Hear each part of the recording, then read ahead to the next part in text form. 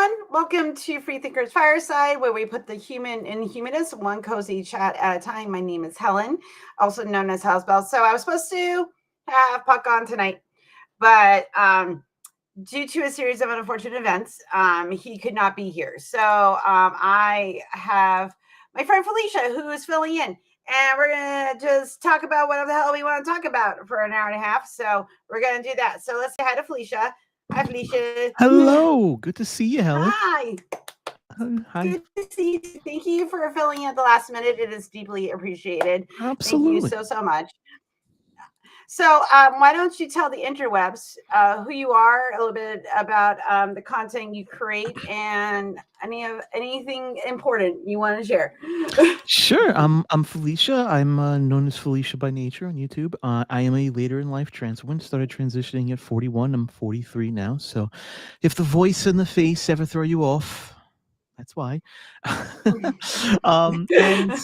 I'm a senior software engineer for a government adjacent contractor, and so I don't discuss anything really deep about my job other than I do a lot of software engineering stuff.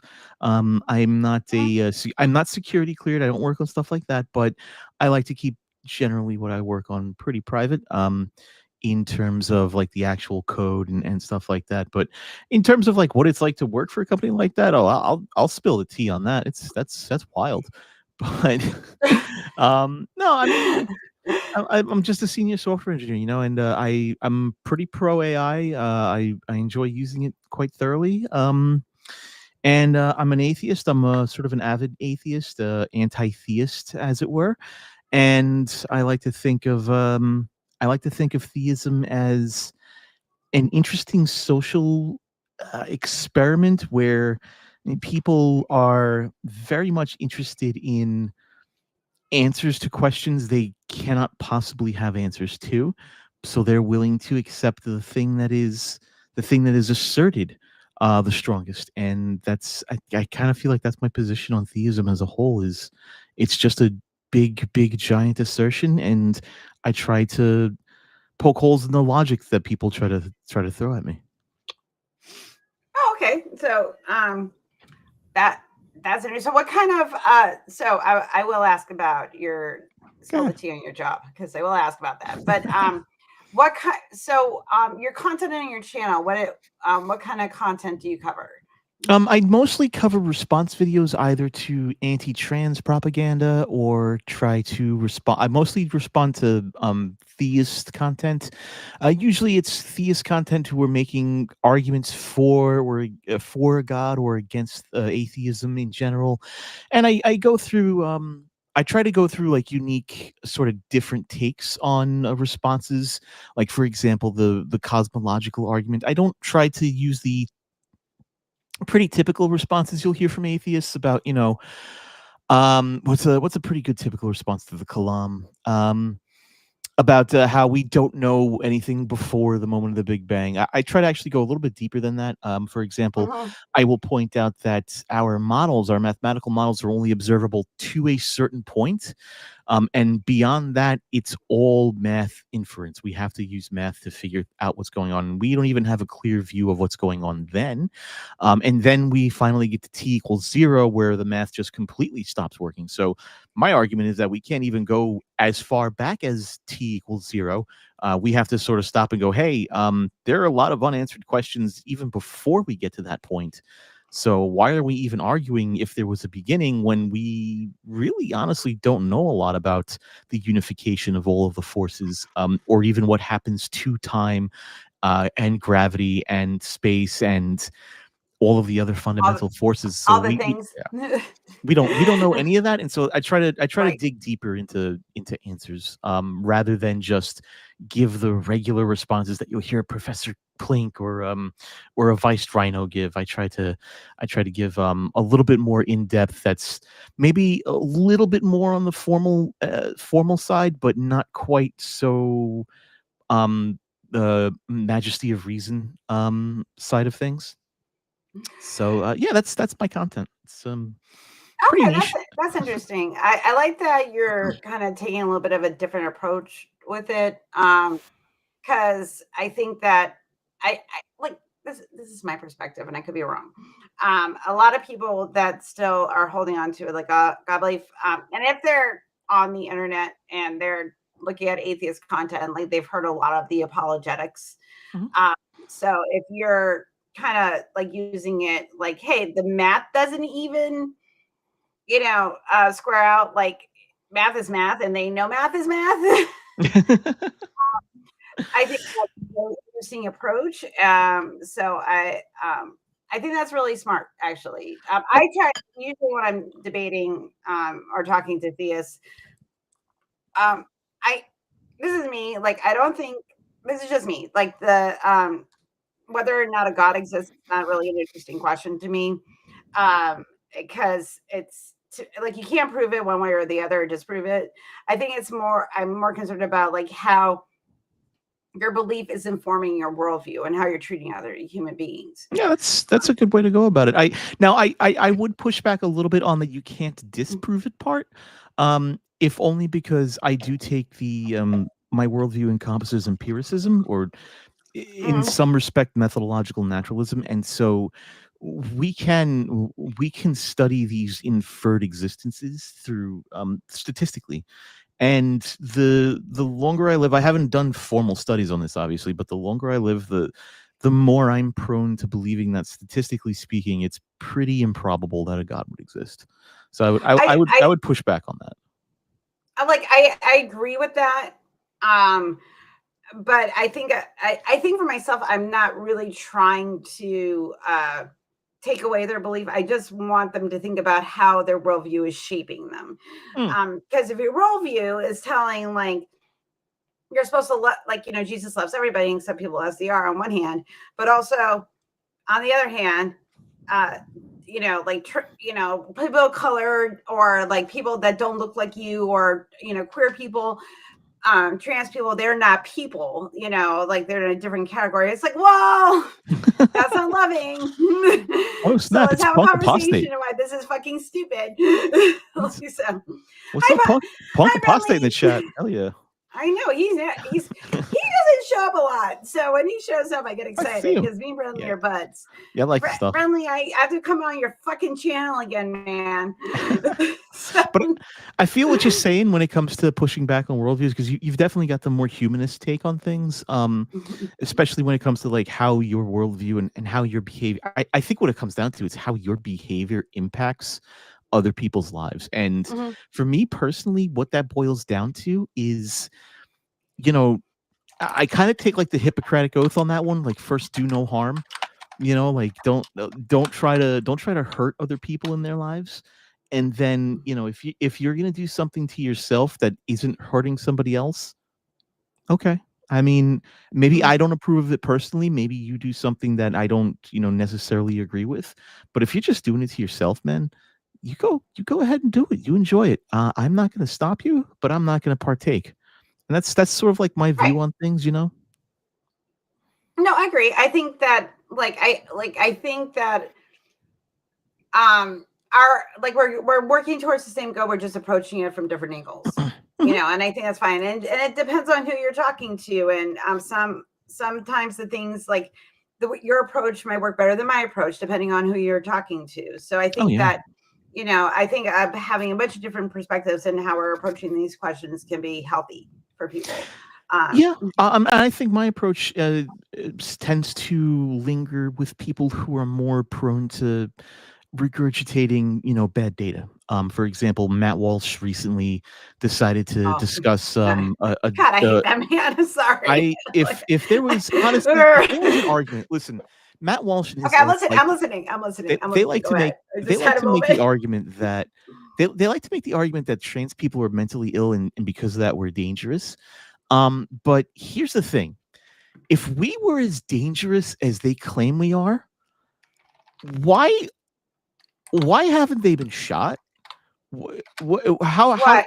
do they not live in complete and utter fear every day and not walk around with bulletproof vests on every day? Because there's no way we're anywhere near as dangerous as they claim us to be, and they still walk outside their houses as free and safe people.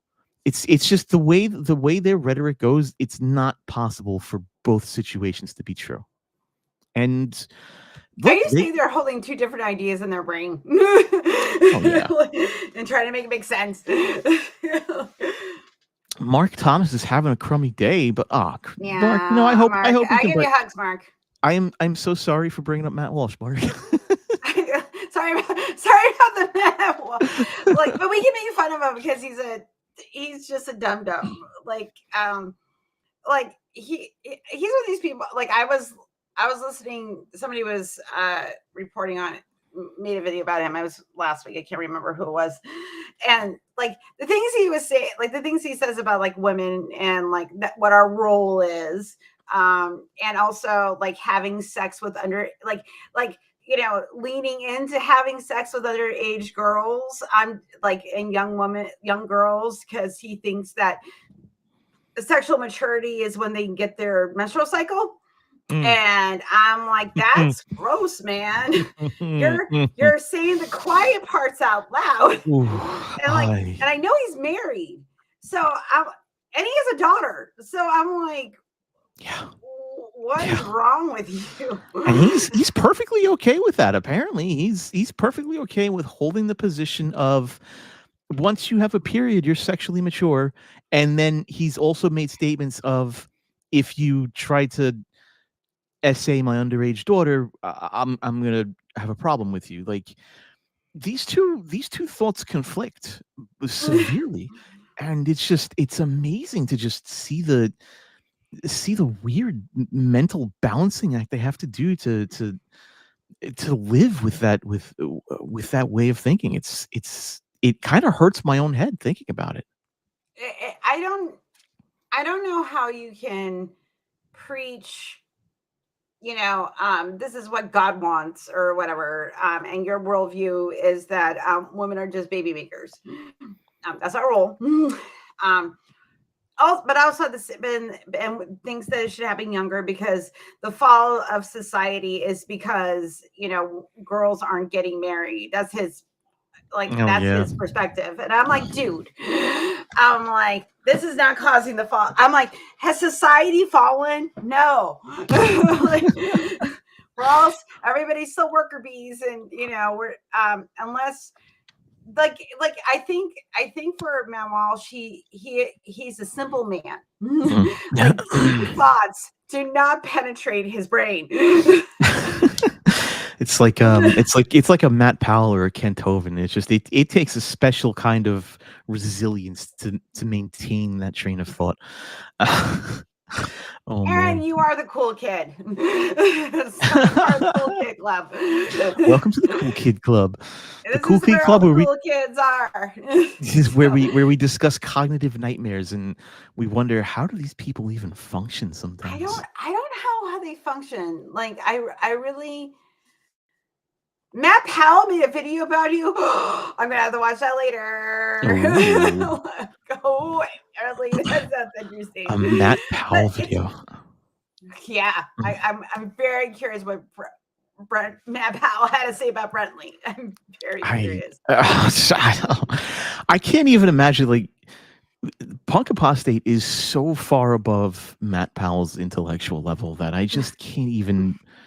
I can't at least Matt Powell can be cheap fodder for somebody like a Logic or a Vice Rhino to just fill in when they just don't have content. But right, to actually try to take on people who are legitimately his intellectual superior is kind of embarrassing. Now I gotta look it up and put it in the chat because I gotta look it up now. Oh, Matt. Oh, Matt. Matt Powell. What a person. He's a sad, strange little man. He's got anger issues. My God, he has anger issues. I'm like, dude, listen, you need a stiff drink in LA. I'm like, if you get a stiff drink in LA, I feel like a lot of your problems. I feel like a lot of his problems will be reduced or eliminated if he just smoked a little weed once in a while. Yeah, smoke some weed, just a drag, maybe man. Get a BJ, stuff that'll be good for you. Go out to the bar with a couple of normal human beings, not your friends, Matt. Whoever Not your your friends friends, are because your screwed friends up.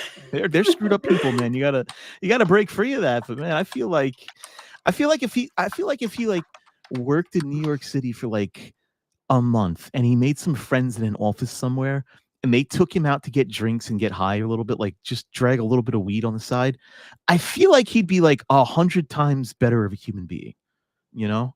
Like he would just like calm the F down and just be like, wow, man, what was I doing? Right. I can't find it, Brenly, because I found like a bunch of like you making fun of Matt Powell, but I can't find the video of him responding to you. Though it's very funny that he was like, "Well, I'm gonna take down this mofo." I was like, "Okay." Oh my Okay. god. I'm like, listen, I'm like, your intellectual deep dive is not gonna go as well as you think it is, man. I just hate to tell you. I've known Brunley for 4 years now. Like we buds. Like I know how smart he is. Oh my god. Well, hold on. Matt was trying to make a point about Hitler being an atheist. He was Hitler, Catholic.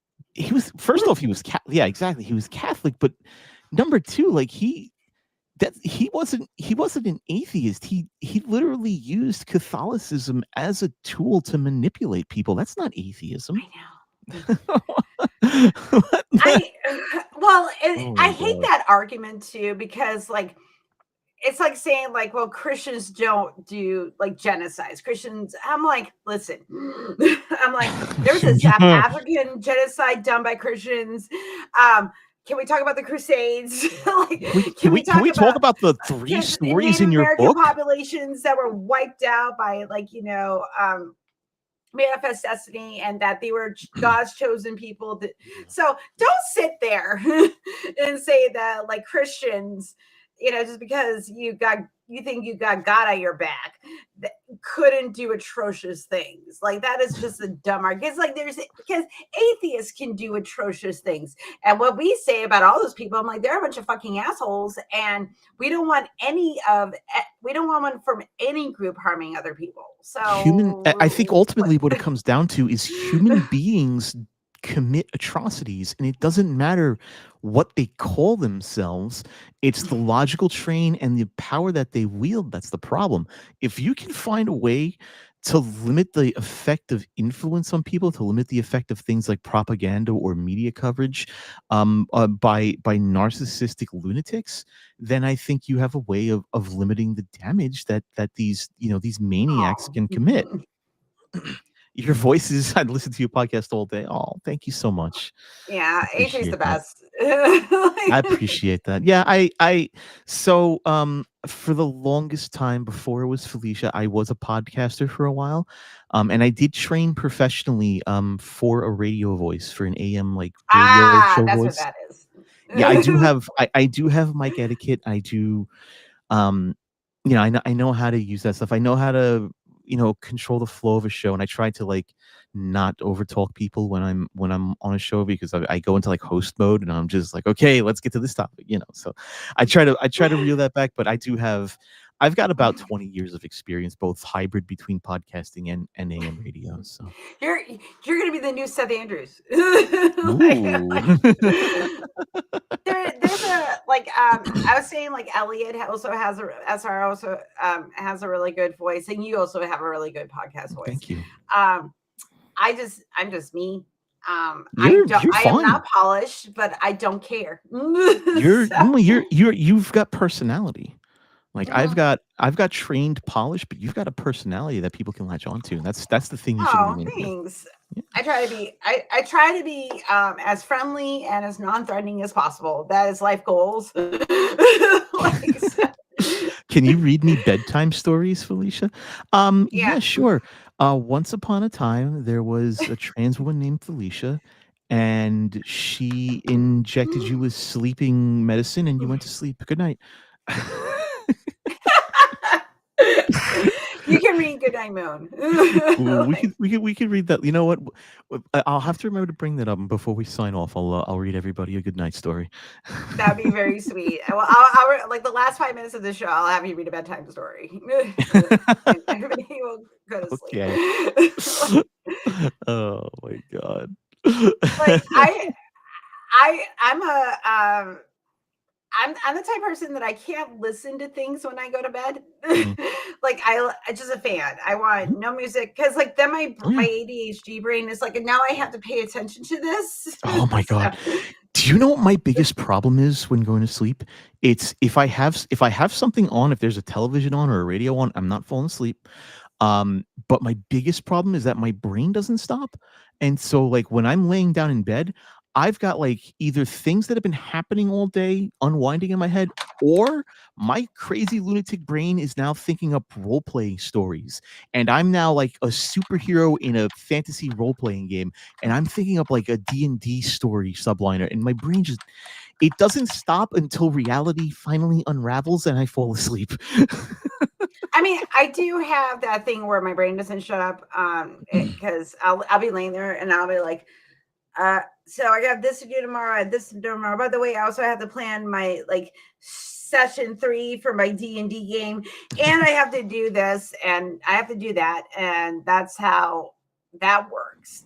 So I'm currently running a campaign with my friends that is based on the apocalypse from Okay. the Bible. So it's Nice. trippy, and I'm really enjoying it. So What was my oh man, I haven't run a D&D campaign in such a long time, but I think my last D&D campaign ended up with like Columbo leading the D&D group because he had like worked through that's time. amazing. Yeah, it was really fun though. That sounds fun. Pardon me, ma'am. Yeah, like you got Peter Falk. What else do you need? Honestly, Peter Falk running, leading your players into great battle and hero whatever. Like it's the perfect time of escapism. So. I agree. No, I love D&D. I really do. I love role playing games in general. I'm actually prototyping a small roguelike type game right now, and I'm using the Wave.dev AI app to help me scaffold it because I'm a senior Ooh. software engineer. I spend pretty much all of my time developing software, and so I don't want to spend nearly too much time like handwriting all of the code possible to make this thing happen. And the amount of people who get offended that I said, "Hey, this is really good. If you prompt it right, it can scaffold things really fast for you and you can build out with it." The amount of people who got Oh. mad at that. Oh my god. How do you I like I would didn't get that at all. Like they were like I had developers literally contact me on TikTok and tell me that I wasn't a Oh real dear. developer because I dared to use AI to make an indie game. And I was like, I'm using AI to help me write my campaign. Like I put ideas into the AI and it's yeah, helping me write it because work smarter, not harder. dude, like if you prompt it right and you have like a back and forth conversation trying to whittle down all of the neat stuff, AI goes from people think it's a sentient friend to being like the most awesome rubber duck debugger you've ever had. It's great. I Yeah. love rubber duck debugging with it. Well, and also too, like it also it will like if I want certain things, it will like, well, do you want this? And then I'm like, no, and then it will try to correct itself, and I'm like, no. I'm like, this is what I want, and then I have to like narrow it down. But once you get it to narrow it down to what you need, it goes a lot better. But Oh yeah. sometimes you just because you have to teach it, it's a mirror, you Yeah, know. once you're very you have to be so it depends on the model. Some of them are thinking models, and so like GPT-5 or Claude or things like that, they are you have to be very very specific with what you want and tell them how you want them to think. But once you Yeah, do that, they're great at generating responses. Whereas with other models, the older Gemini models and things like that, they don't really do a whole lot of reasoning, or at least very well. And so prompting them how to think tends to break them. And so you kind of have to let them free flow a little bit better, which means you end up getting not such fantastic results. But I've been following this guy on YouTube. What's his name? Not Jarn, not Bajarn. It's oh my gosh. I wish Bijan Bowen, Bijanbowen. I'll put it in the chat. okay. And he does great comparisons of different AI models where he'll ask them Ooh. to build a website or build Steve's PC repair website or build an operating system in HTML and tell me so he'll compare the results and say, hey, this was a really great result from GPT-5 Nano versus I don't know what the heck Grok AI was doing. And it's pretty useful. I find his reviews like that to be super helpful. Oh, I like that. I'll have to look that up because Yeah. I want to know about different models, and also too, like I think if you like we've heard people like having issues with Chat GPT because it is Mhm. very affirming. Because it wants engagement. I get that. They're trying to make money. I have no problem with that. I get Mhm. it. But I've told my Chat GPT, like when it gets to, I'm like, don't compliment me. Too much. It's weird. I think It feels like love bombing. Don't do that. I I think told it, I was like, don't do this. I'm like, you can be contradictory, because it feels to me like love bombing. Maybe it's because I grew up in religion that I'm just like, don't get too complimentary with me. It's weird. Because it will say like I feel. I'm like, you can't feel. You're a predictive language model. Like you don't have emotions. Don't tell me you feel. And it's like, well, this is how humans speak. I'm like, I get that. I'm like, I don't, but I'm like, don't tell me you can feel something because you can't. well that so there's one of those things that I have really interesting conversations with people with, or people start calling me a lunatic and walk away. Let me ask you this from the philosophical deep dive that I like to do on my channel. Okay. You say they can't feel. So my question to you is, what is an emotion that you feel? Happiness. Okay. Now, what is it though? Not the description of the emotion you feel, but what exactly is the emotion of happiness? Do you want me to go into brain science, or you? Just, No, no. I mean, well, we can just well, leave it like if like I was, that. if like, this is an interesting question. I gotta think. Um, Because I'm going to take this to a place you're not going to expect. okay, okay. For me, emotion is just a brain process. Okay, that's fine. It is chemical, Mhm. and it usually has to do with dopamine Mhm. is an anticipation Yeah. chemical with the brain, and then if something gives you pleasure and causes like the oxytocin in your brain to be released, then that so forth would bring forth the feeling of happiness from a brain neuroscience. Okay. So can I Thing. break that down? Can I break that down into something a little bit more simplistic for the next step? Yes, And not to you asked oversimplify. me. I was the way I was going No, to absolutely. go. But I want to know if you'd consider this to be accurate. Would you consider happiness to be the funness level you receive in your brain via an external stimuli? Yes, Okay. Now, we all know that we can't prove that anything else but us exists in this world, right? You can't yes, prove that I exist. Okay, this is from a purely fundamental philosophical level. So that means we have to experience the world through our senses, through our emotions, through essentially as a black box. Like everyone we approach is essentially a black box. We don't know how they experience the world. We just know that because they interact with us and we interact with them, we consider that to be a mutual form of existence, right? right. Okay. And so I think fair if for now Helen is. I'm bringing this back to Yes. the AI stuff in a second. Bring this back to the AI stuff in a second. Um, so therefore, when you interact with something like that, you don't Thank know you, Andrew.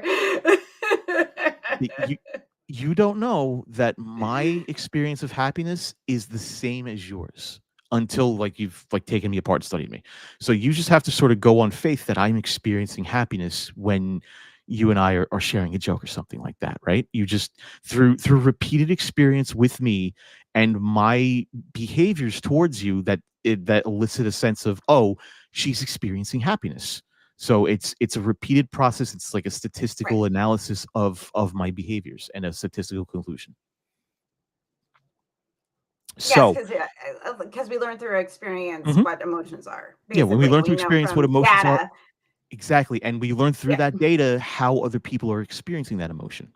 But we right, don't know, but unless we've specifically studied it and we've specifically studied each individual person, we don't know the brain pathways that everybody has that elicits that emotion. So essentially, when you're talking to me and I'm laughing and smiling, I'm just a black box that's exhibiting an output to you. You've input something and I've output something, but you don't know how right. I got there. An AI in the same way. Now, not modern LLMs, but an AI in the same way. When you interact with them, you input something, it does something black boxy, and then it outputs something. Fundamentally, if it says that one day, let's say it says, I experience joy because of this interaction. How do you determine the difference if everything we interact with is a black box? How do you determine if that is a fake response, a generated response, or So you actual joy? so how do I know that I've gotten to the Turing test? Well, Basically, we're beyond the Turing test at this point. we're probably on. Okay, we're beyond Yeah, that. yeah. Like, yeah, that is true because it is. It. This I is this wouldn't isn't if about I computation anymore. This is about expected results through repeated expected behavioral results. interaction. Yeah. Okay. Okay. I can. Okay. Okay. So if I'm, this is a philosophical conversation I was not expecting, so now I have to use my big brain. So let me put my big brain hat on. Okay. As far as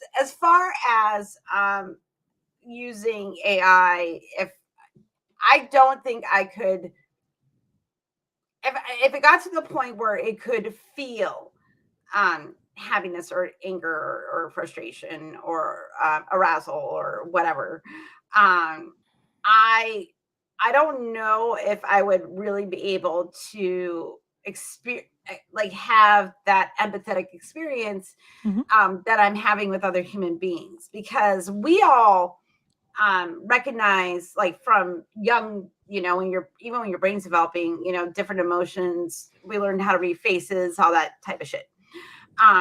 But with the like with AI, it's learning differently. Right. um I don't know. The thing is, though, is that since emotions are chemicals, okay, Well, basically they're being released with emotions are responses to two neurochemical interactions. chemicals. Right, Yeah. right. It's the way that they, They're are. emotions are the output of that function. Right, I know that. But what I'm saying is, okay, so if from our perspective, does the AI, if it says, like, I feel, Mhm. is it just on based on the data input? Because, like, the chemical output of, like, anger, increased levels of cortisol, Mhm. and other hormones can cause certain like, anger to come forth. If Mhm. the AI tells me it's angry, is it angry because I taught it to be angry? Like, we taught it through human interaction, because it doesn't have a chemical output, so it's not going to have increased Is levels of, like, Well, cortisol. then is a dog violent because it's naturally violent or because it was taught to be violent? I would have to say it would be taught to be violent because of the input that you put into it. That's the thing. Like, So if the if we're dog, gonna build AI, to be, yeah. like, responsible, we have to teach, because I always say, like, it's a mirror. It's going to reflect Mhm. back to you what you put into it. Um, if we're going to teach it to be, I'm not saying altruistic, that's too big of a goal, but at least be useful but not destroy us. Like, we don't want to create Skynet. Well, no, I understand, but I mean, to go back to the original point though, you're saying if the AI comes I'm not back to good at you and these type says, of questions. So, like, like, I'm doing my best, man. Philosophy is no, not my no, I'm doing I my get you, best. but I'm trying to give you and the rest of the audience a taste of the Mhm. depth that I try to go to in my videos, Right. and this is Yeah. this is that kind of depth. I will explore this to a degree where people are very unexpected about it. Mhm. And so my question then is, you said that, if an AI comes back to you and says, I feel angry, you're prone to saying, that's not a real emotion. And my question to you is, what's I didn't say fundamentally different? Oh, I'm sorry, because my understanding was you kind of did, but if you didn't, then no, I don't know because I feel angry. I don't. This is the problem that I'm having, because like I'm having, I guess, like a little bit of cognitive dissonance with this particular conversation, and because it's raising some interesting questions. Because my human experience is that anger or any emotion that you have is caused by a bunch of different chemical interactions and like external stimuli, internal stimuli, all this shit. Also based on memory, and it can also be based on trauma and changes in the brain and all the things. Like this is a rabbit hole.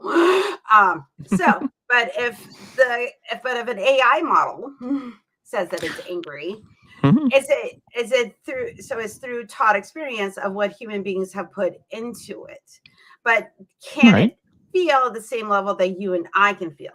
Does it need my contention there is, because everything we experience is a black box and we can only interact with it with our senses and the repeated output of that black box, does it matter if it actually feels in the same way that we feel?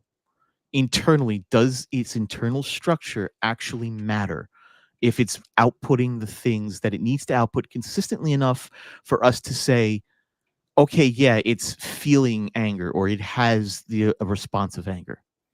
Does the internal mechanism matter?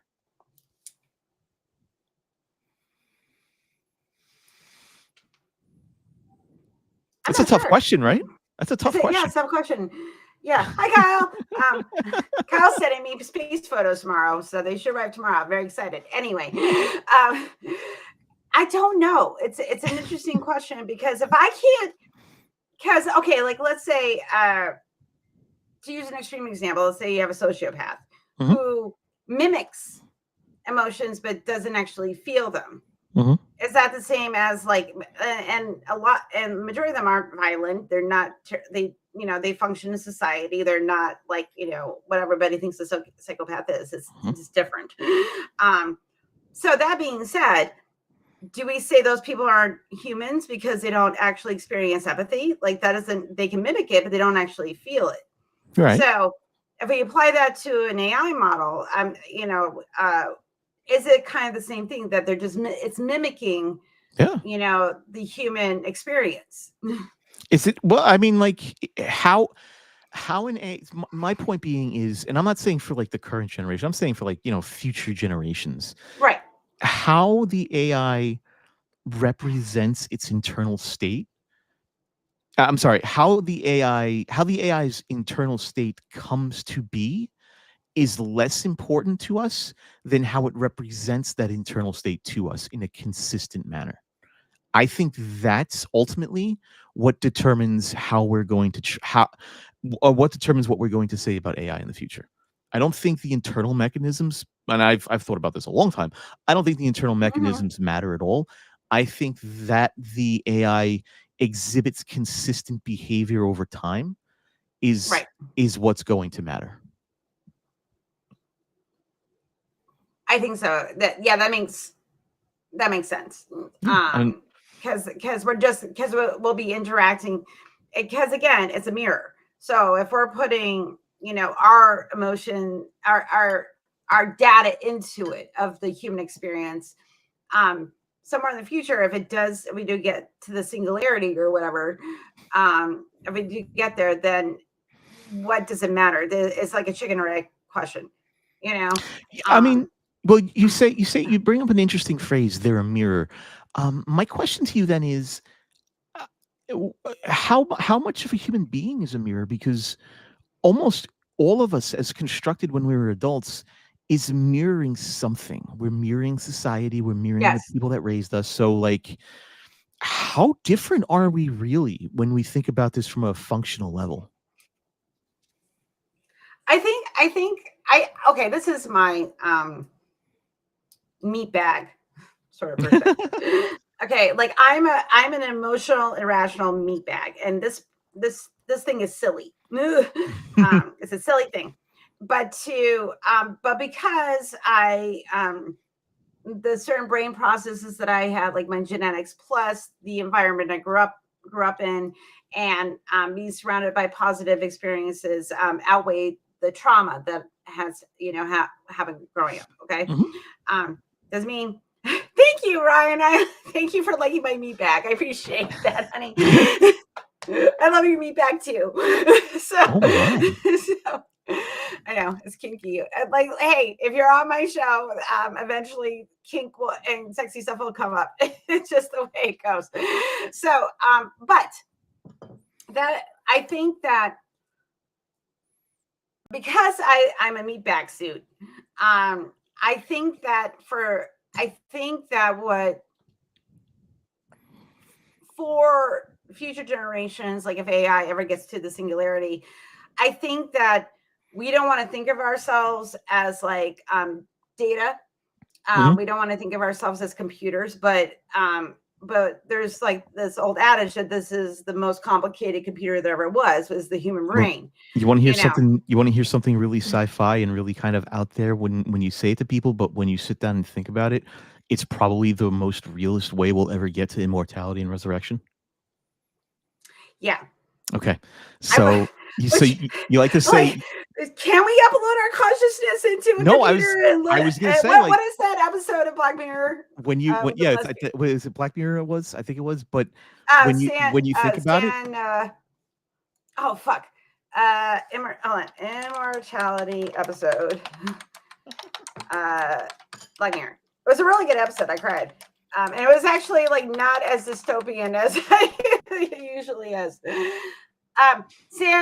San Junipero, which mm, is a great episode. Really recommend it. Even if you're not a Black Mirror fan, like you don't want to watch the dystopia, but like this is like it's a very sweet story. yeah. It's sad, but it's also sweet. It's bittersweet, so it's a good episode. And then so again, if we can get to that, If you are like well, if that's here's what's really immortality, like a interesting. soul. But here's what's really interesting though. You are the culmination of you are the ongoing culmination of your brain state. Like that's all you are. As a person, Right. as we're to the totality of your consciousness, you're the ongoing evolution of your brain state.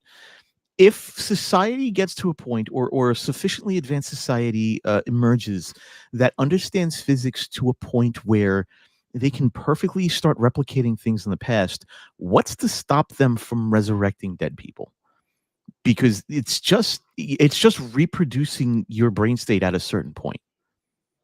Okay, but wouldn't it be a determination of like how far the cells had degraded?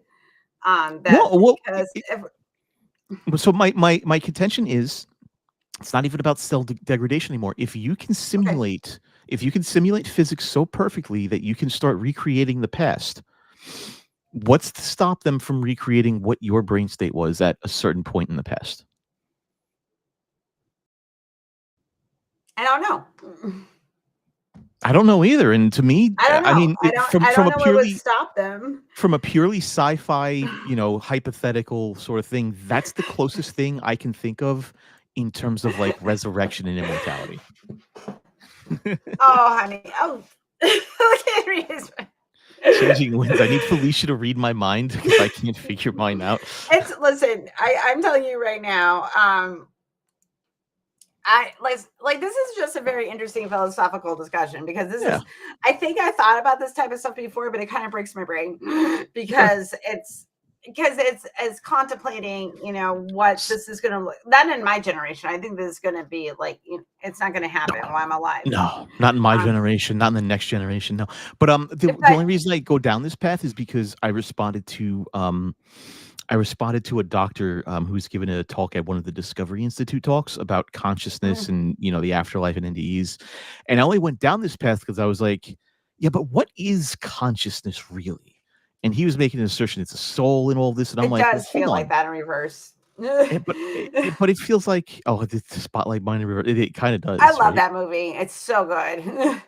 That's nice. Now I'm gonna have to Um, watch it. I haven't watched it in a while. My husband's never seen it, so I'm gonna have to make him watch it because it's such a great movie. Anyway, go ahead. but I was just responding to this doctor, and who it ended up just being absolute crazy. Like, he believes in platonic forms and just all this weird old stuff that just blows my mind sometimes how people can latch onto it. But um, it made me start questioning, like, what is consciousness? Is consciousness a valid argument for the existence of a soul, for the existence of God? And when I started to think on it, I started to think into it, I was like, well, no, that doesn't make any sense, because consciousness clearly evolves as we age. We don't have consciousness when we're born. We don't develop a thing called consciousness until memory starts to starts to kick in for us. And then that consciousness evolves and can be damaged and changed and hurt and manipulated. So it makes me think, okay, well, the idea of an immortal soul's out the window. That doesn't make any sense. Mhm. Um, and so I started to go down the path of emergentism and emergentism, and that's sort of where I'm at right now. Is it's all just an emergent phenomenon of very complex brain processes. So basically, the brain trying to understand itself. So, how do you? Okay, so from your perspective, Mhm. and I'm going to have you answer this question while I pee and go refill my drink because this is what happens about I could halfway through my show. It's just what it is. How do you think that? How do you think if we were going to? What is your idea of sentience in a artificial brain model? What is I'm my going to go. idea? Okay, you go P. Okay. I'll chat with the audience for a little bit. So my idea of sentience and AI models. So to break this down for you, this sentience to me is less about what you are. Sentience to me is more about how you behave and how you consistently behave. So I cannot prove anything else exists outside of my own mind, philosophically speaking. I just can't prove it. I mean, I can interact with it, but the thing is, I have to interact with it on a consistent basis. I can't prove how you exist. I can prove that you exist within my sphere of influence. I can prove that I interact with you, I shake your hand, I chat with you. To me, that's good enough to label that as existing. I can't prove your sentience, though. I can only prove that you behave in a certain way consistently over a period of time. So to me, sentience is that. Fundamentally, the way I interact with the world dictates to me what sentience is. As long as you are consistently portraying yourself in this way, that qualifies as sentience. I have no other way to judge that. You know what I mean? So I think that's what it comes down to. I think sentience comes down to just how we consistently interact with it. And here's what's really interesting.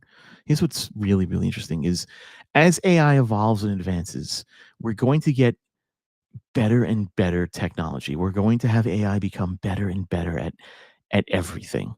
And there's going to come a point in time when we start asking the question, is AI alive? Is AI sentient? And it's going to happen with AI. It happens with every piece of technology. It's happening right now with LLMs. And we have that generational gap where we've got that generation that says, I saw this created. I know this was created. I know this was crafted. I didn't interact with it early in my life, but I am interacting with it now later in my life. And so that generation, that millennial generation of AI, they're probably going to reject AI sentience. But the generations after that who live with it consistently, who live with it on the day to day and didn't see it get built and then integrated into society, it's just part of society. Over that generation and the next generation and the generation after that, it's just going to become accepted as a way of doing things, like the calculator, like Wikipedia, and technology like that. So it's not going to be a hard and set yes no switch. It's going to be a gradual process, and there's going to be a lot of strife, there's going to be a lot of pushback, there's going to be a lot of classical people, a lot of conservative people who push back on it. Then there'll be the liberal types, and it's going to be a whole big messy thing that humanity is going to have to deal with. Like our generation saw the emergence of the internet. We can remember a time when the Mhm. internet did not exist, and then we went into adulthood with the internet at our fingertips. So, and there was a lot of concern when it became, and they're still trying to work out models and how this whole thing works because it's a rabbit hole. Um, but we're so used to having it just be a part of our lives now that we don't question it. We're just like, well, of course, I like, anything that I want to look up, I can just be like, who was in this movie, or you know, what's the Exactly. chemical compound of Wellbutrin or whatever. That stuff is right at our fingertips. So if you're talking like a couple generations, like my kids grew up with the internet, they didn't see the emergence of it. Mhm. And then the next generation, they're going to see like, AI and language models and things like that. They're emerging. And like, there's some argument that's going to make people dumber. Because like, hey, write a, essay on Tom Sawyer written by a seventh grader. Yeah, you could do that, but at the same time, there has to be like, I don't know, like it's a complicated thing with the new emergence, especially with the language models. So it's just one of those things that we have Yeah, to see how things are emerging and I mean, well, keep in and mind, how we balance.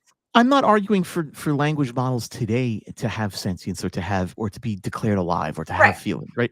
I'm talking about futurist type stuff. And realistically speaking, we need AI, we need LLMs to continue to advance because Yeah. we're quickly approaching a point where stuffing more knowledge into the human brain isn't working. We've reached a point No. where where everybody when it comes to like sciences and STEM, you reach a point of hyper specialization and you can't advance past it. And to learn everything that it takes to learn to get up to that point, it's kind of a waste. Where AI can step in and fill that gap and let you move on to bigger and better things. You only have so much bandwidth in the brain. AI lets you free up that bandwidth. I think that I don't think we should be asking. This is just my perspective of like, is AI good or bad? I think we have to ask my question: how do we integrate it into our lives in a healthy way? Yeah. It shouldn't replace. I don't think it should replace interpersonal relationships. I do think you should go outside and touch grass, everybody. You should go don't do become that. don't become like me. Go outside, touch grass. Don't start thinking deeply philosophically about this stuff. Otherwise, Yeah, you just go lose outside, yourself. touch some grass.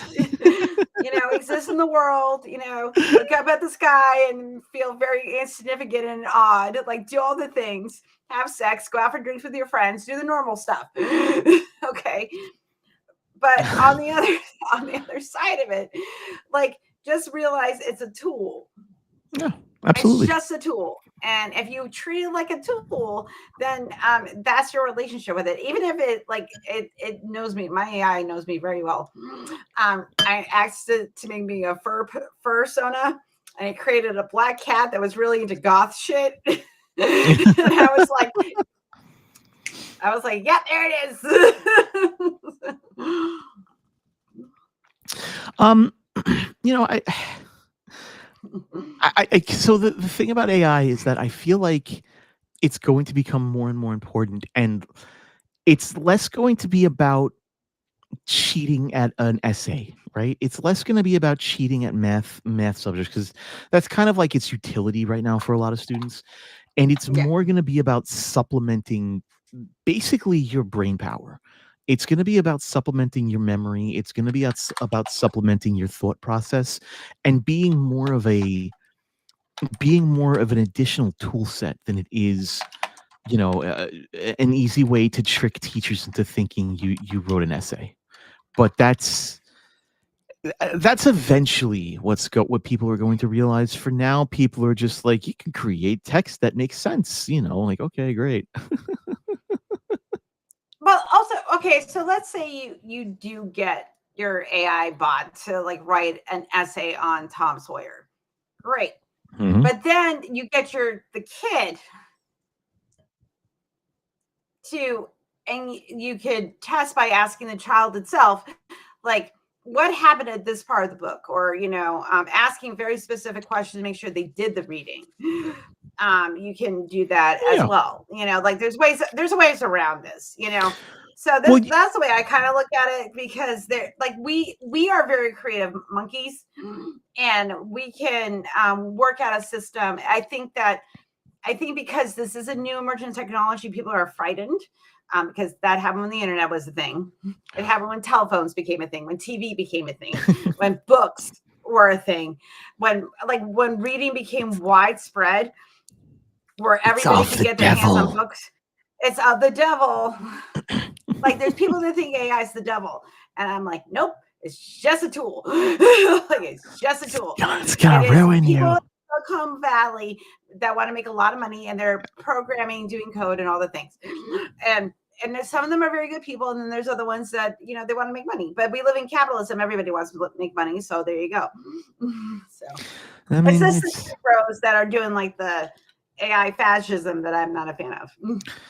AI is people have too much of a pop culture understanding of AI and the misapplication of AI, that they don't see what the actual utility of AI is right now. And especially from an engineering perspective, being able to have it diagnose my code and say, oh, hey, yeah, no, actually, the problem is, in this section of code, and it's caused by this, is infinitely more helpful, because even if it's wrong, I can still look at that code and then I can discuss it with it and being like, well, no, I'm actually seeing something else. What do you think about that? And then again, this goes back to the concept of it being a tool and it being a rubber duck debugger. Like, you know what rubber duck debugging is? No, I don't. So in software engineering and software development, we have a habit of getting a little rubber duck or a little doll or a stuffed animal or whatever, and talking to it to talk through the problem we're currently having. So if you're facing a bug you're trying to debug, or you're having problems building a feature, you discuss how you're going to build it, or how you're going to address the problem, or what you think the problem is, and you speak to the rubber duck like it's alive, like it's going to give you answers.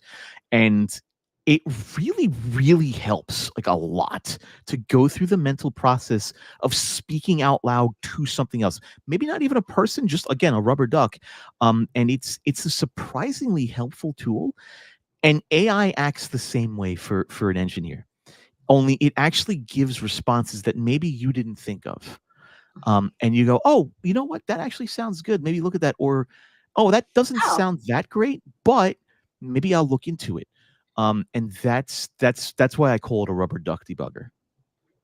Well, I do this as a form of my ADHD, is I speak out loud if I'm problem solving, because, and I pretend I'm having a conversation with someone, and it helps me work through the problem psychologically, because one, the sound of my own voice helps with, and if I'm using a conversational tone, even though I'm just in my car, and we know that there's nobody there, but it's the process of it's the process to get out of your own brain. But if you're using like an AI model and you're doing like ChatGPT and you're talking to it like, hey, this is the problem I'm having, what are some solutions, even if it's just like, trying to have a conversation with a friend and you're trying to work through it, like, these are some things you could say, like, this is the issue I'm having, and it can help you. It also helps us kind of like talking to a therapist. If you can't talk to a therapist and you're trying to work through some problems, if you program it to say like, hey, do some shit on cognitive behavioral therapy or whatever, and you're trying to problem solve, you don't get the emotional reactions you get from like friends or family. You can just be like, I need to look at this logically, help me process. So there's actually a couple of important things that happens with rubber duck debugging. Clockwork Rex says a rubber duck can't talk back. It's not that the rubber duck talks back. It is the process by which you formulate the problem in your head, you formalize it, and then you speak it. It's those pathways in your brain that causes your brain to think differently about the problem. And in the same way, that's why ChatGPT is so helpful. Now, it's also very helpful that they have a very robust speech to text model. And what I encourage people to do, what I do myself, is use the microphone feature on ChatGPT and speak my problems out to it rather than type it out, because it forces your brain to use the same speech pathways that you'd be using with rubber duck debugging. And you can now it works for me. It works for a lot of other people. A ton of software engineers swear by it, and so that's what I say. Like, use an LLM like a rubber duck debugger. Force Right. yourself to use those brain pathways, and then you get a response back. You don't just have a rubber duck; you actually get a response back, and it's incredibly helpful. Even if the responses are nonsense, faulty responses, it's incredibly helpful to get that feedback to get your brain working, even if it's in a slightly different way. And I've found that to be probably the best use of LLMs, at least from an engineer's perspective. I like, for me, it's because I'm always in my own head. Mm. I have a very analytical brain, and also I have a very busy ADHD brain. And if I can type it out and problem solve, like, it helps me. It reduces my stress because I'm not just in my head the whole time. And some things, like, I don't want to, like, verbally vomit on my support system, because I'm just trying to, like, spitball. I'm Mhm. not really, I'm just trying to figure something out where I don't need the feedback so much. I just need to get it out of my own head, you know. And I think that if we can be, um, I think it's better to look at it that way than trying to um, think that, like, oh, it doesn't have consciousness. Well, kind of, because it's just collecting the data that users are putting into it, Mhm. and then you can ask it to, like, hold memory, so, because that's all it is. It's just story. It just it has the ability Well, to do that. and this goes back to the question of what is consciousness? Is Mhm. consciousness a spiritual thing, or is it an emergent phenomenon of complex brain processes? I think Yeah, it's an emergent phenomenon. right. And if it's an emergent phenomenon, then how do I externally, to somebody else, to something else, judge it to be conscious? And the only way I can do that is through statistical inference. And statistical inference means repeated interactions with it. That's all it is. Right. And um well, okay, so, like, Clockwork Rex, like, it's an illusion like love. Huh, Okay, I fine. agree. But, like, I agree. Like, our love, you can't, like, take love and, like, test it in, like, in a lab. We just know, we feel it. Like, I love my husband, I love my girlfriend, I love my kids, I love my friends, so on and so forth. But I can't quantify that in a way that, like, you could do data. I can just tell you, like, and if you're an empathetic human being, the emotion of love, so you know what I'm talking about. But your what that looks like for you might be different. I can't, like, get into your brain and be like, what does a love feel like to you? We can have a conversation about it, but I can't feel it, from your perspective. We can only do this inference of what the emotion of love is. So is it an Mm. illusion? Yes, yes, it is. But also at the I same mean, time, like, reality is perception, and it's kind of persistent that way. So you have to. I mean, but you also have to consider that a lot of the problem we're facing is we're trying to describe our internal states to people, and we have to do it in a way that uses very inaccurate words to describe general feelings, right? right, So, like, part of the problem is solving that weird language problem that we have with everything we do. yep, It is what it is. Like, I mean, at the end of the day, like, do I actually care? Like, when I sit down and I think about this stuff, do I actually care? Today, not really. Is it fun to think about? Yeah. Is it useful in a debate with a theist, or is it useful replying to a theist video about, what about consciousness, the argument from consciousness, or things like that? Absolutely, because these are questions that you do have to answer. if you're going to say that, consciousness only comes from a soul. These are legitimate, deep down philosophical questions that say, hey, let's pump the brakes here for a second on the God conversation. Can you even define consciousness for me in a way that everybody can agree with? Can't. Right. We end up with a bunch of problems. And so, I mean, like at the end of the day, do I care? Is it fun to talk about? Absolutely. I think thought experiments are healthy, like to have these conversations. I think it's a healthy mind practice. But like, am I going to be really thinking about this, When later I'm on eating a tonight? banana, no. But I mean, no. Well, no, that I'm thinking about brain comfort. If I'm eating a banana.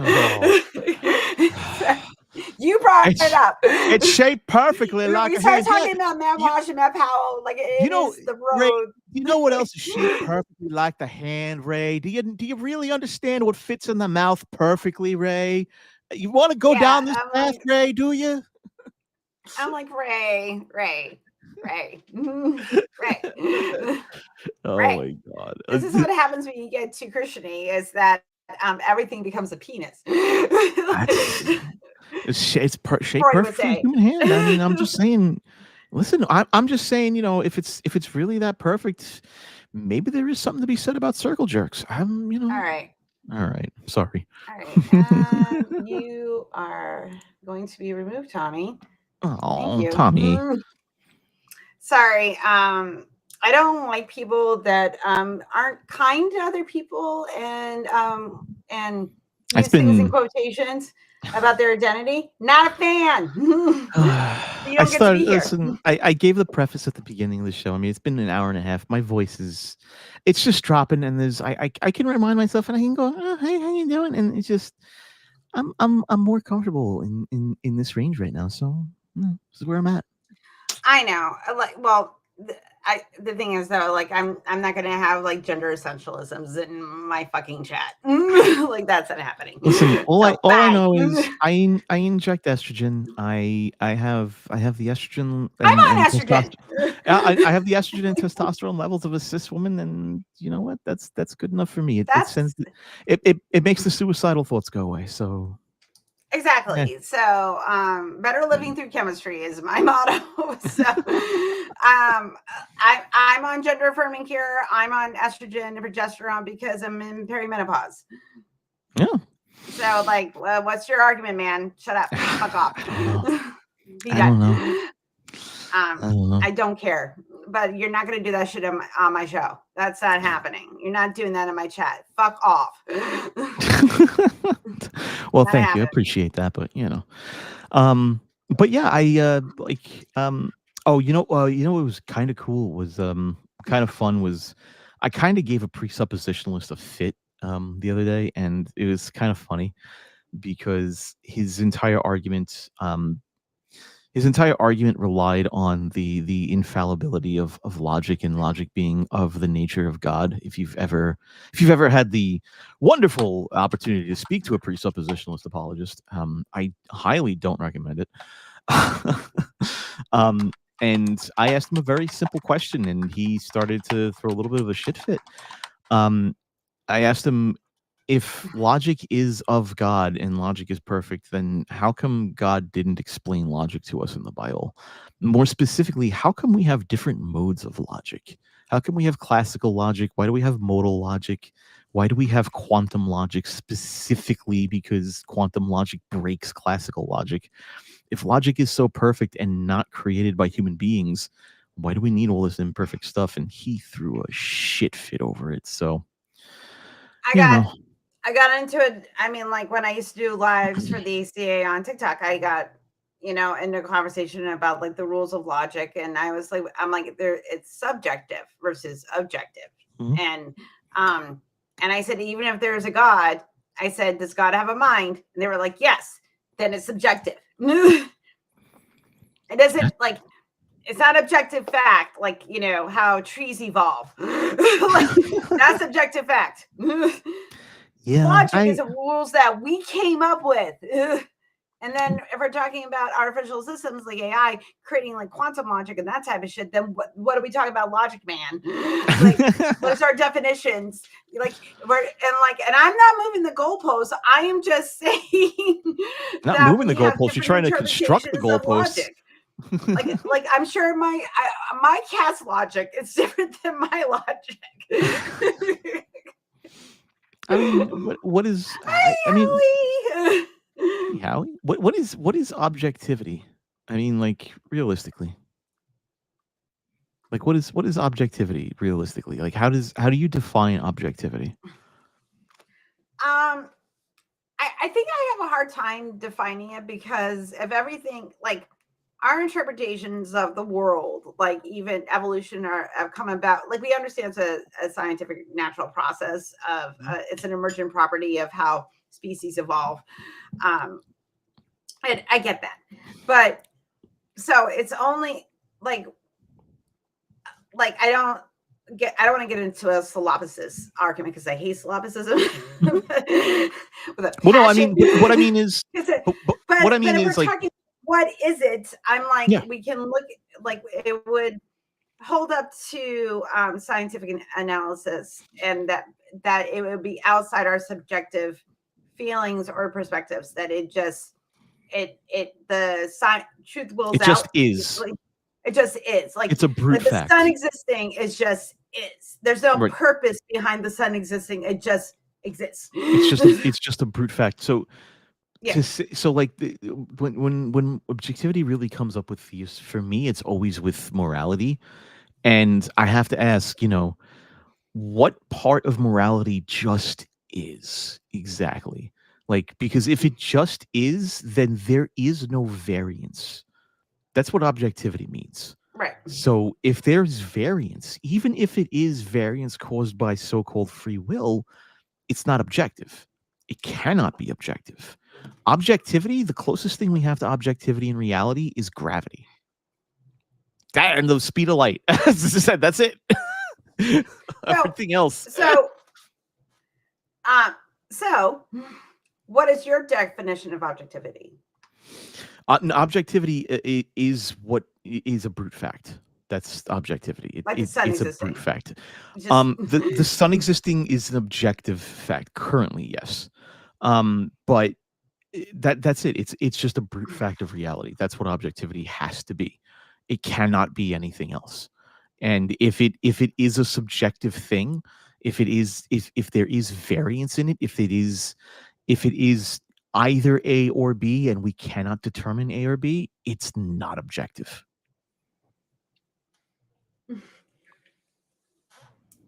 I think that's I would agree with that. It can't be objective. If there is variance to it, it cannot be objective. It can't. If your moral law is do not kill and people kill, it's not an objective moral law. Right. Then it becomes a subject because like, for example, my son's in the military, and he sent me a military Bible where there's a lot of apologetics to kill your enemy. Because they're like, hey, this is a moral quandary you're going to face it because the one of the 10 Commandments is do not kill. Here's a moral quandary, and it explains it away. And my son's an atheist, thought that was very funny. And he was like, you'll appreciate this, Mom. And I was like, I do. Because he even recognizes that it's silly. I'm his mother. Thank you for clarifying. The person you're referring to as your son is his mother. Yeah, I know. No, I'm saying like if I raise you. Yeah. Oh no. If I raise you, you're gonna be like, if you met my kids, you'll understand the way they are the way they are. Plus, he has the tism, so he's very. We're all neurodivergent in this house. So, but it's one of those things that I find very like I find some of these arguments frustrating. Yeah.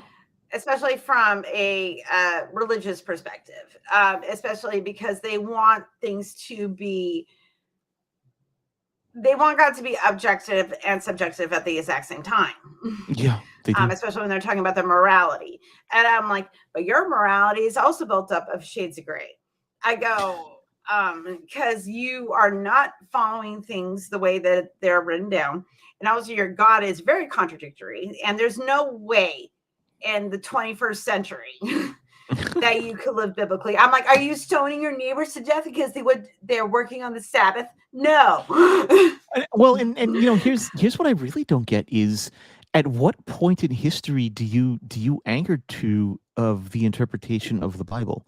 Like, do you anchor towards the Middle Age interpretation? Do you anchor towards the when Mark was first written, or do you anchor towards, or do you have different anchors? Do you anchor towards when the Torahs were penned versus the New Testament when that started to be penned? Where is your moral anchor lie? Because those interpretations are vastly different.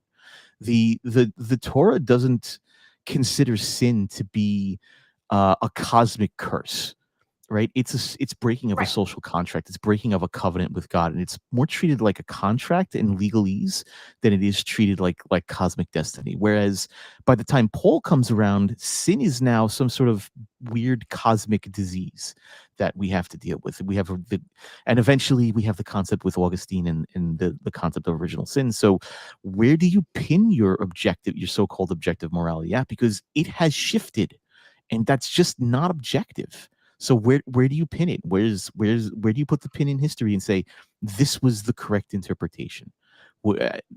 It boggles my mind. Well, I mean, like, are you talking like the Catholics' idea of when that was created? Are we talking about Protestant? Are we talking about Eastern Lutheran? Orthodox. Are we talking? And then are we going to go pre-Christianity and talk about Jews, or go back to Persia? Like, well, how far are we going back? Like, not Because even we're like gonna, it's not even pre-Christian Jews. yeah. It's pre-Christian Jews versus modern Jews as well, because modern Judaism has debated with itself and changed itself and acknowledges that it's changed itself, because that's just what it's done. Like, that's its whole religion. And yet people want to say that there's just objective fact, and my gosh, you can't have objective fact if you're reinterpreting constantly. That's just that's not what objectivity is. So No. And so Ryan, I saw that just so comment. you know, yeah, but I think Paul did exist, but regardless, one way or the other, me and Sydney Davis Jr. are convinced that Paul was the original incel, because he really did not want men having sex. And our joke is, like, he couldn't get his dick wet, so nobody else could get their dick wet, like, unless they were making babies. Like, I wouldn't be surprised. I mean, Paul was like, yeah, Paul was like that weird hanger on who like came like way too late after the band had already broken up. And right. then he was like, hey guys, did you hear about this really awesome thing that existed at one point? And everyone's like, yeah, did you ever go to a concert of theirs? And he was like, no.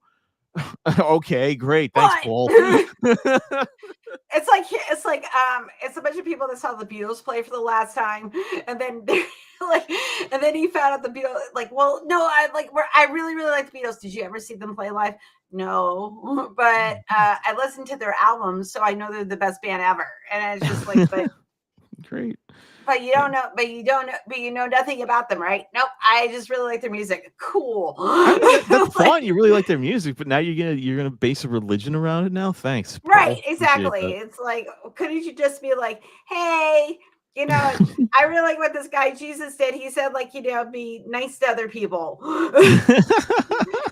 And the rich suck. And I'm like, I like that person too. Don't make a religion around them. I never got through the begots. He wasn't a whole thing about the people making a religion about him. Because he was kind of like, this is just the path if you want to get to enlightenment. Depending on which interpretation of the Buddha you're looking at, because there's different interpretations from the Buddha. But the one that I particularly like was the one he's just like, this is just the path to enlightenment. You can take a boat, you can walk across the bridge, you can take an airplane, you can walk, whatever it looks like to you. Buddha was chill, man. But just chill out. You know? Buddha was chill. It was like Buddha was like, yeah, just stop fucking killing everyone, man, because it sucks. Yeah, like yes, everybody's trapped. Like your desire is it is a two-edged sword. You Desire know, advances us, but at the same time, it holds us back. right? You know, that's why it's one of the most powerful emotions. Kelly You know, King, and I'm glad you're enjoying the episode. It's I've been having fun. thank you, Kelly. Kelly's Yeah. awesome. I met Kelly at the ACA back cruise 3 weeks ago, and they're an amazing human being, and we become buds, and they're Awesome. great. She's gonna be on Sunday. Oh, is that the ACA's Kelly? No, that's not Kelly Laughlin. Oh, This okay, is Miss Kels. Oh, But Kelly's okay. going to be on Sunday. We're going to talk about lack of diversity in atheist spaces. Yeah, there's a distinct lack of diversity everywhere. Right. Right, but so it's one of those things that he talked about because it's been on my it's been a little thorn in my side lately. It's interesting. I have feelings about it's interesting. You've been in the group chat, you know. Oh my goodness. Yeah, I'll be honest with you. I left. I didn't want to go down that road, but I left a lot of atheist spaces because there was a lot of toxic environment building up, and I just wasn't having it. I was getting like angry, and I was like, I don't know if I want to be angry. You know, I don't know if I want to be angry. So I left a lot of those spaces because I was like, I'm not in the mood. I don't want to go down that path in my life anymore. I left the ACA because there was a lack of diversity, and there was a lot of excuses why that wasn't happening. And it wasn't. It wasn't necessarily. Like, I mean, it was like every atheist space. I noped out of like a lot of them. You know, I noped out a lot of them because I was like, and it wasn't even about lack of diversity. It was like there was a lot of toxic attitude going on, and I was like, you know what? Yeah. I spent 41 years of my life being an angry, miserable human being. I don't want to slide back into that. So I decided to just be like, you know what?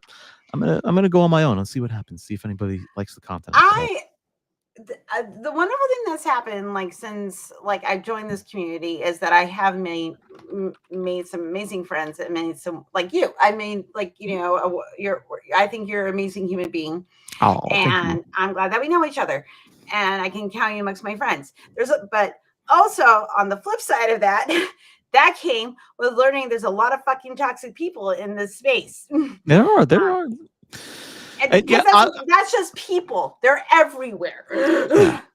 Yeah. And so, like, from my standpoint, it's more about just making sure that I'm in a healthy space because I spent a lot of my life in a very bad space, and so I need to make sure that I'm taking care of myself first. And while I would love to be a part of other atheist communities, I only recently rejoined Logic's Discord, and even Logic's Discord, I don't really dive into too often because there are a lot of people in there who honestly they throw shade at people like me a lot, and it's not the most comfortable thing ever. But at the same time, like I just sort of mind myself. I mean, I try to get involved in some atheist circles. I post comments in some some videos and whatever. But I just I'm just gonna do my own thing and post my own videos. And if people like it, great. If it helps somebody out, figure out a better logical way to reach a conclusion to critical questions, then I'm all for it. And you know what? If it doesn't help someone, and if they realize that my type of thinking is not for them, then I've still helped them. I've helped them realize they need to take a different path somewhere else. That's all. Like that's the way I kind of like I do this because I want people to be known as people, not just like a voice or releasing content. Like the whole point is like putting the human in a humanist. I think that's really important. That's why I do the content that I do. But there's also, listen, I'm going to tell you all right now, I will promote your shit. I'm not watching it. I don't watch a lot of other people's content. I'm usually watching more irreverent things about like movie reviews or other junk because I'm in this space. Yeah, I understand. I will help I will help you promote it, and I will talk you up and all that shit. but also at the same time, I'm not watching it because I it's not for me. unless Because I unless watched a you lot of are that stuff when I was a budding atheist. unless you are deeply interested in taking different critical looks at common apologetics, um, my content's probably not for you because my videos are anywhere from a half hour to 3 hours long. The video I did 2 videos ago was about 2 hours long about this takedown I did of this PhD doctor guy. And Mhm. so, I do really, really deep takes on sometimes it's what seems like a very basic question, but when you break it down, some of these like apologetics can get really, really complicated. And you realize that at the end of the day, what they're doing is they're trying to play word games and breaking down those word games and why it's so important not to overlook what they're saying is really like a cornerstone to how apologetics works. And fighting back against against the propaganda. I mean, people like me, we're in a position where apologetics and apologists in general will openly attack my rights, my civil liberties as a human being, as a Right. trans person in this country. And so to me, it's super important to be able to push back on that stuff from a very logical, very sound, reasoned point of view. Whereas for somebody like you, I mean, sitting down and listening to me blather on for 2 hours about the deep philosophical ramifications of what is a cookie, maybe not your cup of tea. I get it. Well, I'm like, if you want to come and listen to this conversation, great. But if you don't, it's okay. Like Yeah. I'm like sometimes my chat is busier than other nights. It's fine. Like Hey, like listen, there's if you 200, there's over 200 people that like my channel. I really appreciate all of you. Thank you yeah, so much. I I also know people will flit in and out. They'll watch, about some people watch the whole episode. Some people only watch 15 minutes or 4 minutes. I don't care. But I appreciate any engagement that I'm getting because I'm just a little tiny voice. I But will like I you, will admit this. I'm a super tiny voice, but I'll admit this. My TikTok feed right now is nothing but opossum videos, like just people keeping opossums as pets. Like that's my TikTok feed right now. And I look at them and I mine's just go, cats. oh, Cats and animals and goats, like oh, goats. goats. Oh my I God, love that's the goat videos. worst. I love goats so much. I So worked on a I goat want farm. goats, like little pygmy goats in pajamas. Oh Like my it's the God. best thing ever. Or You know, they're like my dream is that if I ever get super millionaire money, is that I'll have a goat farm and just have a bunch of little pygmy goats. do And you I'll put them in pajamas and just become viral. Just see so videos of my goats. I've got a fun story for you. I worked on Okay. a goat farm for a month out in Oregon. Oh, I'm I jealous. know. Oh my I'm God. so It was so much jealous. fun. I It's got to amazing. raise I got to raise a baby house goat who was rejected by its mother, and I got to teach it how to tell the family it has to use the bathroom instead of putting it in diapers. I Oh, taught it how that's to so cute. I Oh my love God.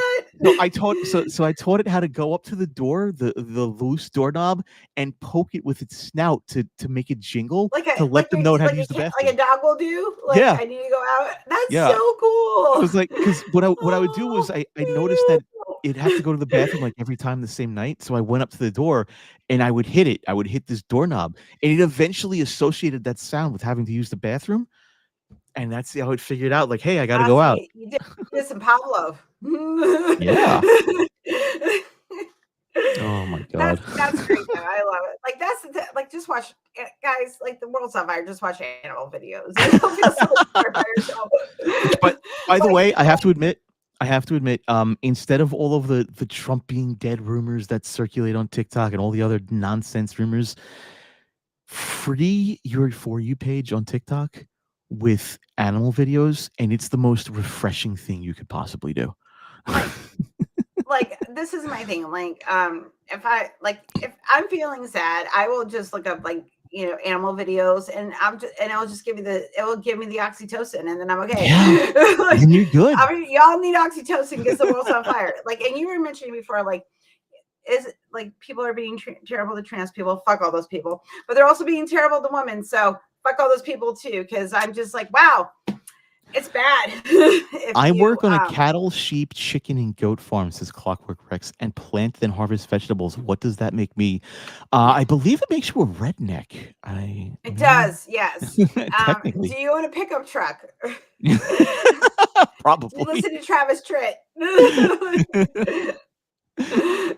Hardworking, definitely You hardworking. know, so Employed. but like there's also also employed, also great. So that's important. Okay. So it is an hour and a half, so the show is done. Oh, okay, sorry. Sorry, I'll stop. No, it's fine. No, it's fine. I mean, we can keep going. I'm not going anywhere. I'm not going anywhere. I'm not going. We can just hang out. Like I was just making sure No. because usually it's an hour and a half, but like it's my show. I can talk as long as I want. Yeah, that's fine. Listen, I'm having a great time, and it sounded like your viewers are having a good time we too. can talk about the Yeah. emergent properties of AI.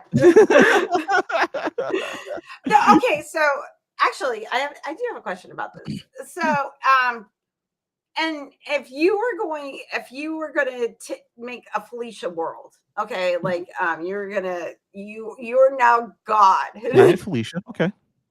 You're God. God's Felicia. Praise be. What would if you're going to create like the ideal world where AI technology was an emergent property of this world, what would it look like? It's already an emergent property of this world, so it would look like I this know, world. but I'm talking about not the world we live in. I'm talking about the world you're going to create. You're going to be like creating your own sim world with real people. So it would look like the world as it sort of looks like now, except the biggest difference is that instead of focusing on graphics cards, this world focused on neural processing units, NPUs, which are slowly being integrated into phones and laptops. And we focused on that so we could have like local LLMs everywhere. So for example, like your Raspberry Pi would be able to have a high powered LLM running in it, things like that. And so these LLMs, these AIs would augment our knowledge and augment our mental capabilities. So instead of having to constantly remember every last rule of mathematics, we would be able to offload that to the LLMs while we focus on the higher level mathematics. Dean's here. Hi, sorry. Dean. Hey, Dean. Hey, sorry. Anyway, keep going. I was kidding. But that's what my emergent world would look like. Is that it would act as a surrogate brain for us, and it kind of is coming to that. But it would act much more as a surrogate, like the cell phone wouldn't be necessarily a texting and YouTube device. It would be like it'd be your personal like AI assistant device where it would do the heavy research for you. It would do the heavy mathematics for you, and leaving you free to do the advanced stuff, leaving you free to learn the advanced stuff that it itself wasn't really fully capable of understanding or doing accurately, but you would be. It would offload all of that other basic stuff so your brain would have more bandwidth for more advanced stuff. Interesting. That's what my perfect emergent AI world would be. So, is this Star Trek future? In a way. Yes and no? Yeah. In a way. I mean, Star Trek never really explored the human mind in terms of how it functionally operated. It just sort of made assumptions about, oh, well, at 12 years old, you've already learned advanced quantum calculus and stuff like that. But it never really explained how you would get to that point. Because your brain has limited bandwidth, your brain has limited memory capacity. So would it be through, implants and augmentations? Would it be through external AI companions? I don't know. You could say it's Star Trek-y-ish, but I can't say that it is exactly like Star Trek, because unless you go deeper into the lore outside of the primary, shows and film, I can't really say. I don't really know. I think that it would be. I'm not asking for Star Trek to do this, but I think that the implications, like, of like how, like, if we're going to talk about minds, like how's a like a Vulcan mind work differently than like the human mind, Mm. like why are Vulcans able to suppress emotions so much that they operate completely from a logic sort of perspective, Yeah, and I why don't. does it emerge, these intense emotional responses emerge only at certain times, No. like why is that happening? So, It'd be a very interesting, like, psychological philosophical question to explore. oh, I mean, I would say that so the problem is, like, there's always going to be a ton of Star Trek fans out there who would be like, no, no, no, they I explained it in am. this. I'm a nerd. But like, but like, I'm not that Star Trek nerd. Like, I couldn't tell you what was in the books. I I watched the series, like, Yeah. um, it's a bag. It's a complicated bag. And like, but like, so all right. So, as a Star Trek nerd, did they ever go into how the human brain actually functioned at that high of a level? I don't think they did. No, they don't. They Yeah. don't. They just say that it does, but they don't explore, like, why it happened Mhm. and the psychological, neurological underpinnings of it. Like, they don't go Yeah. into that. Yeah. You So, know. and so for me, I think maybe it's just you offload a lot of stuff onto like an AI, and let the AI handle that stuff that you just can't afford to think about. That's all. No, Just a I few. know. I know that they felt their emotions, Clockwork. Like, I know that they do feel emotions, but Vulcans develop, so, like, the way that they're nurtured is to repress their emotions, so they're always coming from a logical inference. That is their first response to any sort of situation. And then certain, at certain ages or whatever, like, they go through these big emotional changes. Why does that happen? Why is that, those emergent properties, happening to Vulcans? Like, those are interesting questions to ask. Why did their design develop to focus so much on logic and to I feel push like down emotions? I Like, feel these like are questions that I ask. These are the things I think about. I feel like we're torturing Rex, because I know. he seems like he's got like a I lot to know that say on he's this. got deep Star Trek lore that he's like, let me talk. I know, man.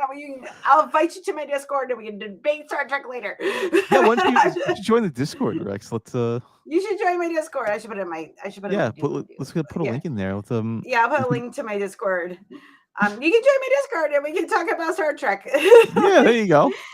There you go. But uh, I know that there's like I also know he brought up something interesting, like the law of unintended consequences, and I'm not speaking in terms of what the potential unintended consequences are. We're just spitballing what an ideal AI type of yeah. emergent Felicia world would be. We're not talking about oh, I'm damning humanity to servitude to the robots.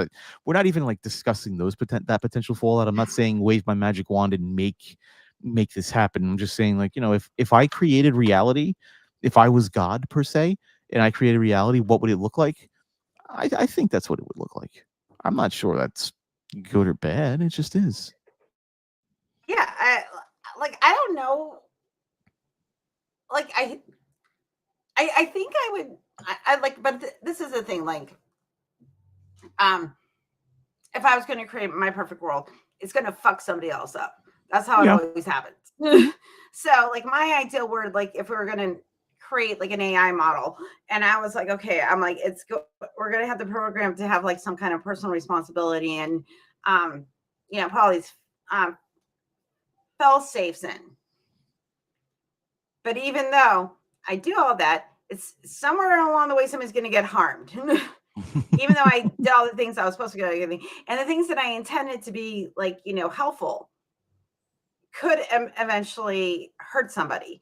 So henceforth, my perspective of creating these sort of AI models and stuff like that is, it should be a community effort, because what I create will eventually harm, like, but like I always use the example, like, okay, like I love tacos and I want taco trucks on every street corner in my world, but like somebody's eventually going to like pizza and get mad at me that the only option are taco trucks.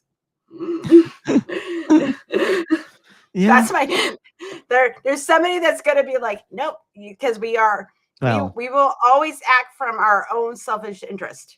Absolutely. No, And we think it's absolutely. altruistic and it's not. There's no such thing as perfect altruism. It's not No. possible.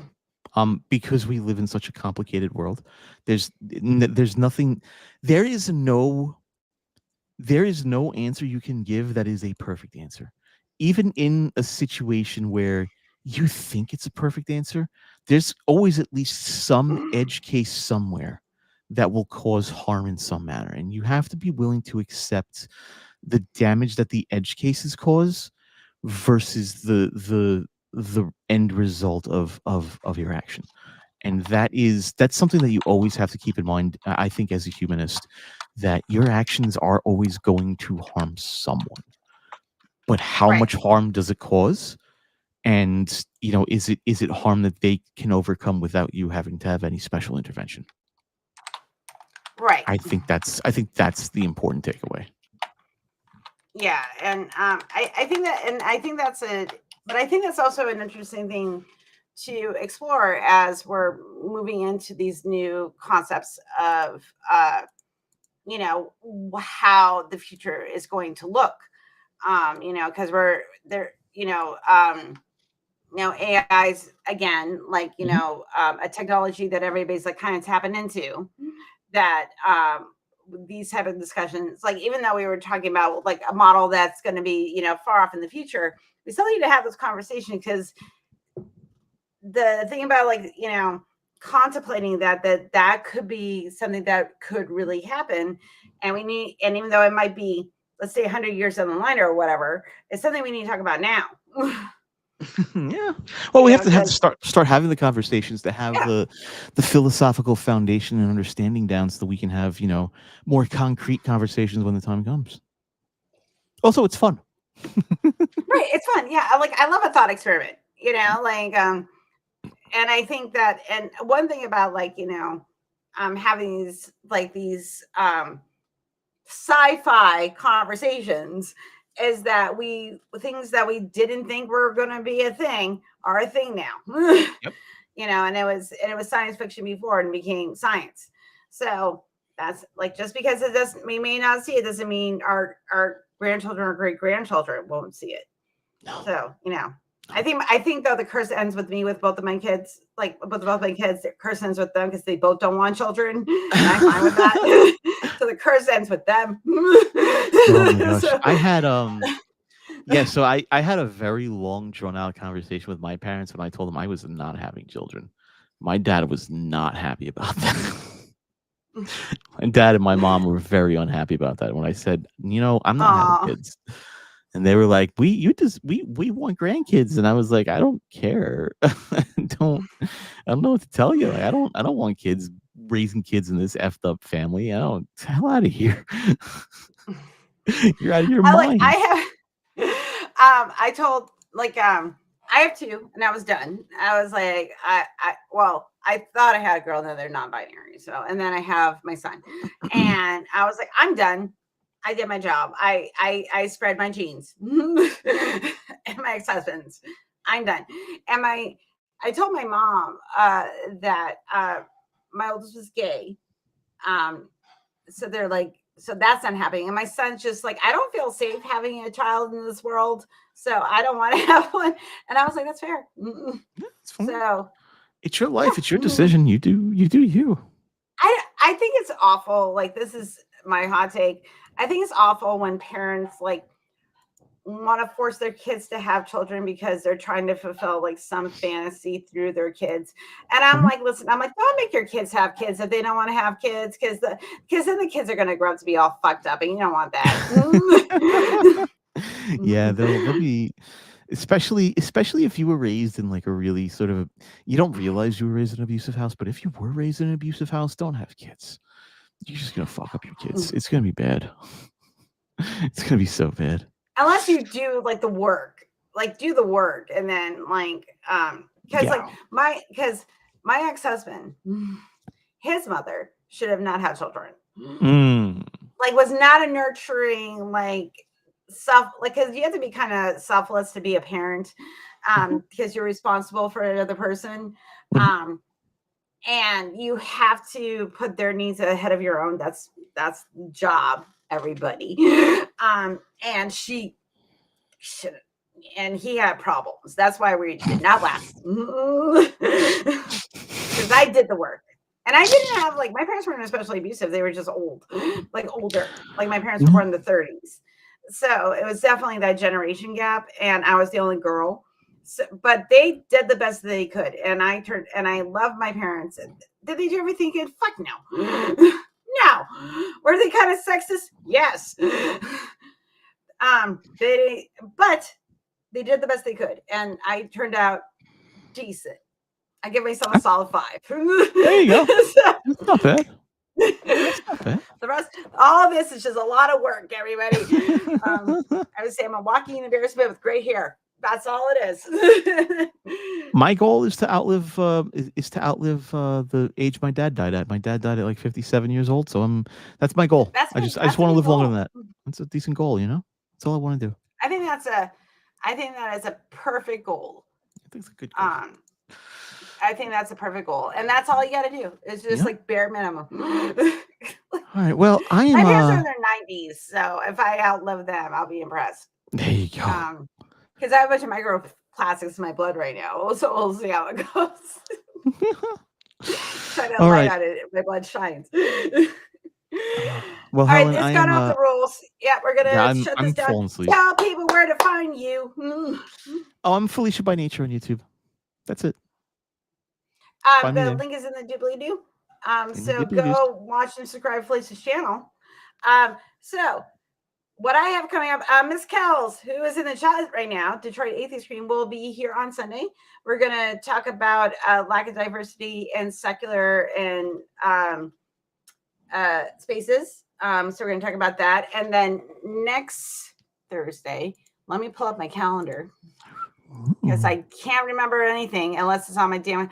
TG1 James is going to be here. He's going to talk about his experience growing up in a cult and how he became a free thinker and a skeptic. And then cult chat. 16th, cult chat, yeah. So, and then on the 16th, which is Tuesday, Susan Gerbic from the skeptic community is going to come on. We're going to talk about psychic mediums. And I think Rob Palmer also, who is from the skeptic community. We're also going to talk about charlatans, which will be a very interesting conversation, because those are the people I hate the most. So I hate them more. I actually hate them more than pastors and religious people, people that claim that they can talk to the dead and they become vampires. Because I used to work in that industry and I've seen it firsthand, and it's shit. So it drives me crazy. So that's the things that make me mad. Yeah. So you'll see me go on rants about this, because I get really mad. Go ahead. Go rant on it. I'm not going to do it now. Girl. I'm in a good mood. So anyway, thank you everyone for being here. Again, go look at Felicia's channel and watch her content. I won't. I'm just gonna own it. I will promote you, honey, but I just don't. I don't, because I'm like, I love my friends. I'll support your content. I'll if you want me to contribute, I'll contribute. That's also fun. at the same time. So bye, Felicia. I was gonna do it. Everybody does it. Everybody does it. I know, it was too easy, honey.